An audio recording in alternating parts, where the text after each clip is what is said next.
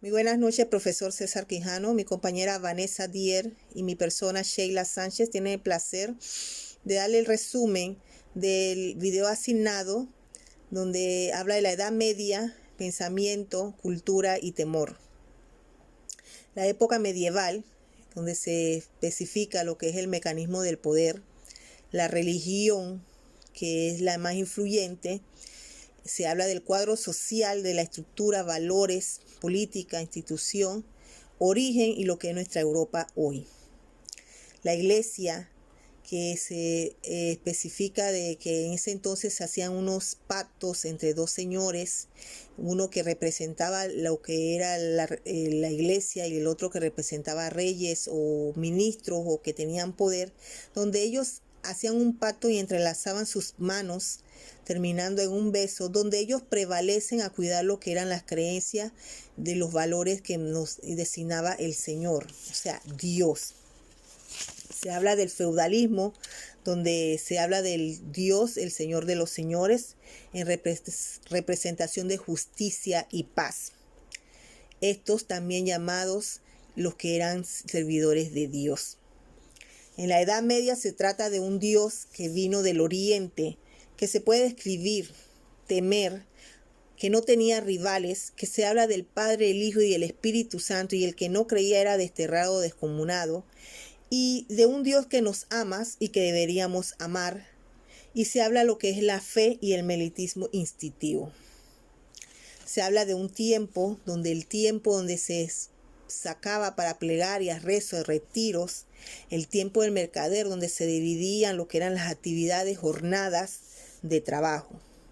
Se tocan varios términos, profesor, sobre ejemplo está lo que es el cristianismo, el purgatorio, donde se habla de que el purgatorio es entre el medio del paraíso y del infierno. Se habla del juicio final, donde se dice que Dios juzga. Se habla del mundo que representaba la moral, el paraíso que representaba el bien y la virtud. Se habla de lo que eran los difuntos. Se habla del alma, que era el que le da la vida al hombre, donde se marginaban los pobres, los leprosos, siendo despreciados en la sociedad. Se habla también de lo que es la cultura académica, donde en el siglo XIV se hablaba solamente la lengua latín y caracterizados reproducción en la globalización, se habla de que había mucho analfabetismo, donde se dice que los predicadores se apoyaban en lo que eran las esculturas, textos escritos, y que ellos ilustraban y predicaban y adquirían ellos, los analfabetas, adquirían significado de lo que ellos escuchaban y quedaban creyendo. De ahí es donde se habla lo que es la creencia desde ese entonces. Se habla de falsas memorias, donde ellos creían que todo lo que se les decía era cierto o que ellos se imaginaban que existía como una fantasía. Se habla de los elementos de distorsión sobre la imagen y sobre la bien explícita que era muy especificada porque era influyente. La magia, se hablaba mucho de la magia que era la cultura, cultura popular en la vida y del todo. La astrología, que hablaba de los dominios de los cuerpos celestes, acompañados de en sus luchas, en las guerras, o sea que se amparaban mucho en actuar o ejecutar algo dependiendo de lo que decían los astrólogos en ese entonces. Se habla del siglo XII, donde eso se veía lo que era fecha y hora, y de ahí dependían de lo que se procedía. ¿Qué se quiere decir, profesor? Que todo era creencia, donde se fue marginando, donde se fue, había una controversia lo que era el cristianismo y lo que era la civilización, donde se estaba en los avances en la evolución. Ejemplo, se estaba hablando de los bosques y se comparaba con la ciudad. Se hablaba mucho de que los bosques habían cosas temerosas, atrasos, y donde se habla de la ciudad, donde había lo que era el avance económico, social y demás. A continuación, mi compañera Vanessa Dier en lo que sigue. Muchas gracias, profesor. Bueno, profesor, continuando con el video, en la Edad Media también podemos decir que ellos creían mucho en la astrología. Cuando iban a sus guerras, ellos no salían sin consultarles a sus astrólogos, buscando consejos de cómo y cuándo pelear o cómo ganar esas guerras. Y le tomaban mucha importancia a estos consejos. También podemos decir que las confesiones antes de la muerte fue un tema que se desarrolló muy profundo y no se hacía en privado, ya que ellos decían que la muerte estaba muy cerca de los vivos, y se dio aquí se hablaba de un infierno y de un cielo, que existía un infierno y un cielo.